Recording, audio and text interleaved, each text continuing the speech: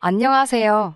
저는 결혼한 지 3년 다 돼가는 30대 초반 여자입니다. 저는 어려서부터 엄마 껌딱지라는 소리를 들을 만큼 친정 어머니랑 가깝게 지냈어요. 그래서 저는 결혼하고 나서 저희 시어머니 되실 분과도 저와 엄마의 관계처럼 그렇게 가깝게 지내고 싶었어요. 제가 사랑하는 남자의 어머니이니까 그 정도는 할 수 있다고 생각했어요. 제 고향은 대전이에요. 하지만 서울로 대학을 다니게 되면서 기숙사 생활을 했습니다. 그리고 대학교 3학년 때는 영국으로 유학을 가기도 했고요. 대학을 졸업한 후에는 서울에 있는 회사에 취업을 했기 때문에 부모님과는 줄곧 떨어져 지냈습니다.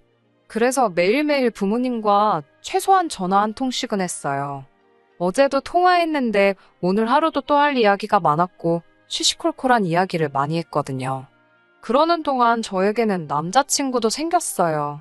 남자친구는 말수가 적고 조용한 성격이에요.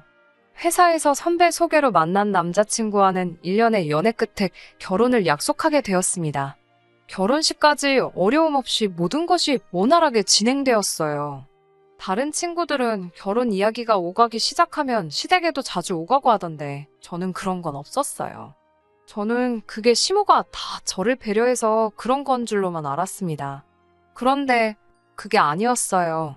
신혼여행을 다녀와서 시댁에 인사를 드리러 간 날이었습니다. 시모는 저를 앉혀놓고 말하길 딸은 딸이고 며느리는 며느리라고 생각한다며 자신에게는 딸 같은 며느리는 필요 없다고 하시더라고요. 저는 그저 며느리 도리를 잘하고 남편을 잘 섬기면 된다고 하시더군요. 저한테 당부할 이야기가 있다고 하시더니 바로 저거였네요. 처음에 저는 솔직히 시모가 농담하시는 줄 알았어요. 그래서 아니에요. 어머님, 저는 어머님과 가깝게 지내고 싶어요. 라고 애교를 부렸습니다. 그런데 시모가 정말 정색을 하면서 요즘 TV에서 딸 같은 며느리 어쩌고 하는데 난 내 며느리가 나한테 그렇게 기어오르는 게 싫다고 하시더라고요. 순간 얼마나 분위기가 싸해지고 전도 거기서 얼마나 무안하던지요. 옆에서 다 듣고 보던 남편이 엄마 왜 그래라며 상황을 수습하려고 했지만 저는 정말 서운하고 속상했어요. 그렇게 그날 밤 집에 돌아와 곰곰이 시모의 말을 곱씹어보고 그래, 내가 생각하는 며느리 도리만 잘하자고 마음먹었습니다. 제가 생각하는 며느리 도리라는 건 시어머니께 알리거나 상의할 게 있으면 제때 연락을 드리고 생일이나 명절 잊지 않고 잘 챙기는 정도였어요. 며느리 도리만 잘해도 언젠간 내 진심을 알아주시지 않을까라는 미련한 기대도 놓지 못하고 있었고요. 사실 제가 어디 가서 미움받은 적은 없었는데 시모가 먼저 저렇게 선을 그어버리니까 어떻게 해야 할지 잘 모르겠던 것도 있었습니다. 한 번은 무슨 일이 있어서 시댁에 간 적이 있는데 시모가 썩은 배를 잔뜩 버리고 있었습니다. 저는 이게 다 뭐냐고 여쭙고 시모는 명절에 배가 너무 많이 들어와서 신우 좀 나눠주고 했는데도 다 못 먹었더니 이렇게 상해버렸다고 하시더군요. 시댁이랑 저희 집은 참고로 차로 15분 거리입니다.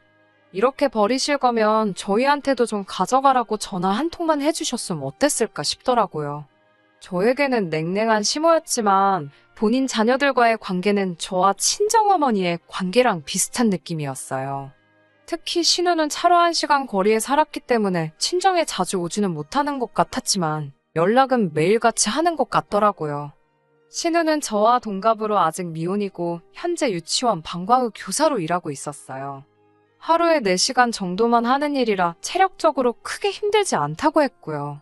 다만 머리가 넉넉지는 않다고 들었습니다. 결혼한 지 6개월 정도 지났을 무렵 저는 회사 생활을 정리하고 작은 클레이 아트 공방을 차리기로 결심을 했습니다. 다행히 집 근처 상가에 적당한 매물이 있었기에 과감하게 도전해보기로 했어요.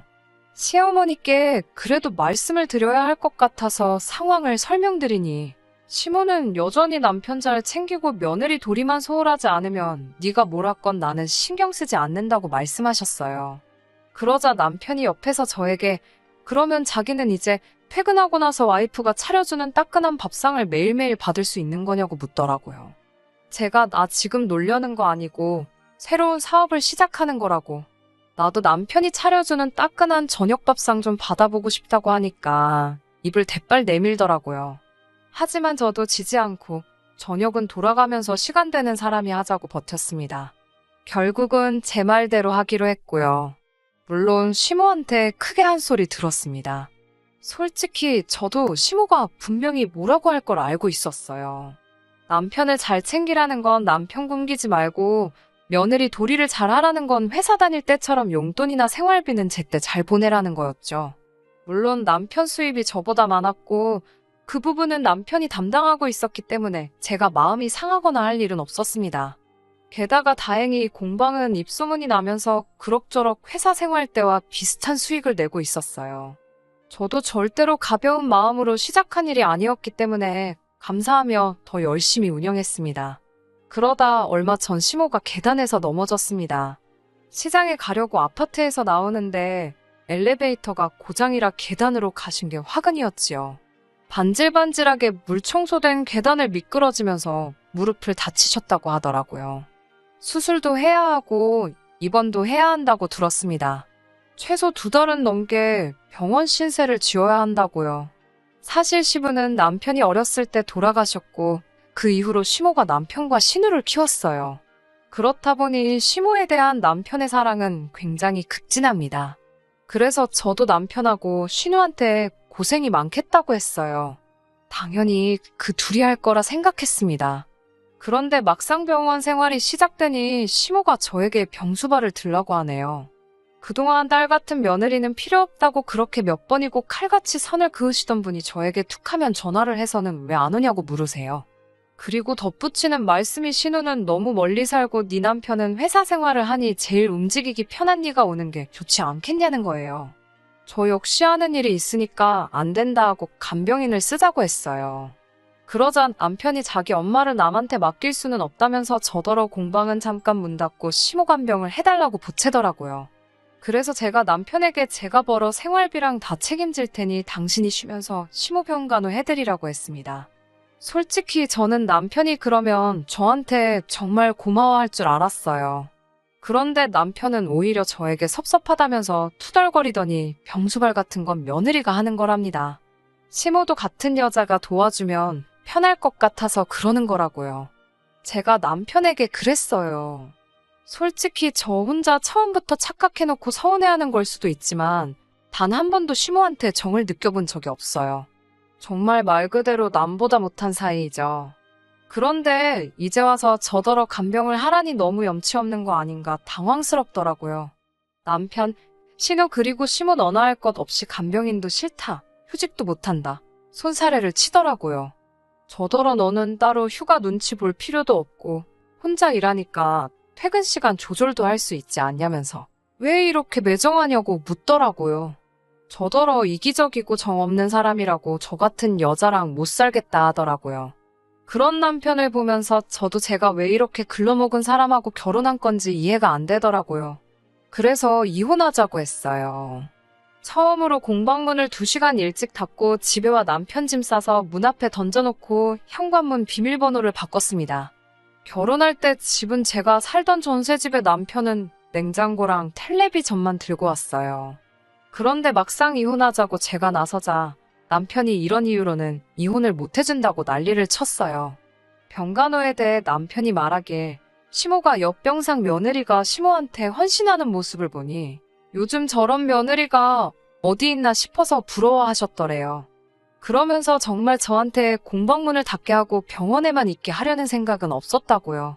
제가 너무 단호하게 싫다고 해서 제 고집도 꺾어보고 싶고 말이라도 그래 내가 병수발 들게 하면 자기가 됐다고 하고 시모께는 며느리가 어머니 모시고 싶다 하는데 자기가 못하게 할 참이었다고요. 저 같은 호구를 놓치는 게 아쉬웠는지 남편은 갑자기 미친 듯이 저에게 매달리더라고요. 하지만 남편의 궤변을 더 이상 들어주기도 싫었고요. 저는 그저 남편에게 시모간병 잘하고 앞으로 잘 지냈으면 좋겠다고 인사하고 뒤도 돌아보지 않았습니다. 남편은 그럼 자기 어머니는 어떡하냐고 거의 오열에 가까운 눈물을 보이더라고요. 저더러 시모가 안쓰럽고 애틋하지도 않냐면서요. 그래서 저도 남편에게 시모가 우리 친정어머니도 아닌데 내가 왜 애틋함을 느끼겠냐고 물었습니다. 아마 저희 부모님한테 안 좋은 일이 생긴 거였다면 공방이고 뭐고 다 때려치고 그 옆에만 지키고 있었을 겁니다. 제가 처음부터 시어머니께 딸 같은 며느리가 되겠다 다짐했을 때 선을 긋지 않고 제 마음을 있는 대로 받아주셨으면 며느리의 도리를 찾는 게 아니라 정말 시어머니께 친딸 같은 존재가 돼요. 저도 두 발 뻗고 나서서 병수발을 들어드렸을 거예요. 하지만 저는 딸 같은 며느리도 아니고 일개 며느리일 뿐이었잖아요.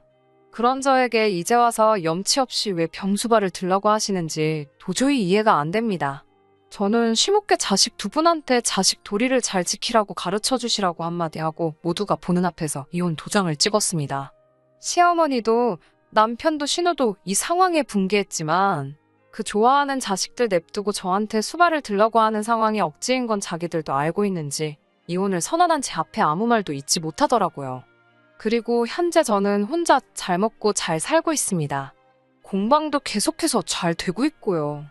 제가 수발을 들지 않았다면 앞다투어 시어머니 돌볼 거라고 생각했던 두 여자들은 결국 어찌할 방법을 찾지 못해 제가 애초에 제안한 대로 간병인을 구했더라고요. 본인들이 하기 싫고 또 시키자니 눈치 보이는 일들은 왜 다 며느리에게 떠넘기는 걸까요?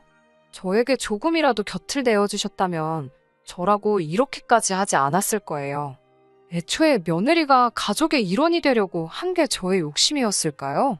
그 집구석을 탈출하게 된 건 축하받을 일이지만 아직도 가슴속 한켠에는 제가 앞으로 다른 사람을 만나게 된다고 한들 정말 제가 그들에게 외부인이 아닌 한 사람의 가족 구성원이 될 수 있을런지 참 많은 생각이 오고 가네요.